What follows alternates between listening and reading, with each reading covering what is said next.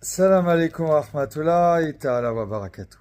Chers frères et sœurs musulmans, et non musulmans d'ailleurs, vous pouvez vraiment partager cette vidéo, même si vous n'êtes pas musulman, si vous vous posez des questions sur la religion, je vais tenter à travers ce petit rappel de vous apporter une petite réponse.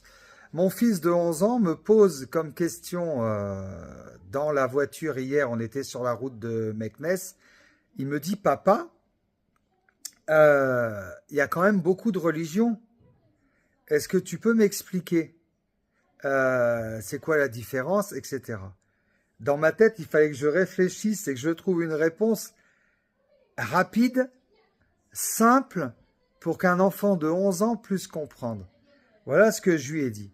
Je lui ai dit: tu sais, Allah, subhanahu wa ta'ala, Dieu, nous aime.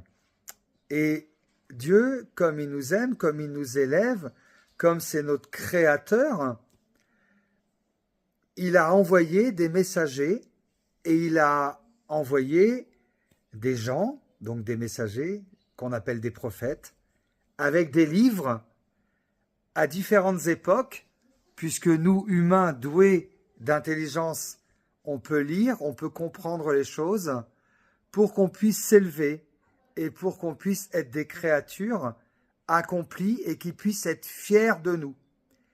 Et Allah subhanahu wa ta'ala, Dieu, a envoyé plusieurs messagers dans plusieurs époques différentes.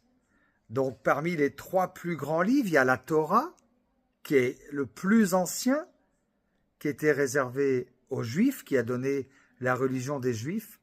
Ensuite, il y a eu la religion des chrétiens, avec un prophète qui s'appelait Jésus-Christ, Issa, Aïssa, chez nous, en islam. Donc c'était après. Et ensuite, il y a eu Mohammed, notre prophète, sallallahu alayhi wa sallam, que la paix soit sur lui, qui est descendu avec le dernier livre, le Coran, pour parachever la religion, c'est-à-dire pour finir de tout expliquer aux hommes. Et je lui dis, en fait, il y a 3 religions parce qu'il y a 3 époques. Et à chaque époque, Dieu s'est adressé avec les termes de l'époque.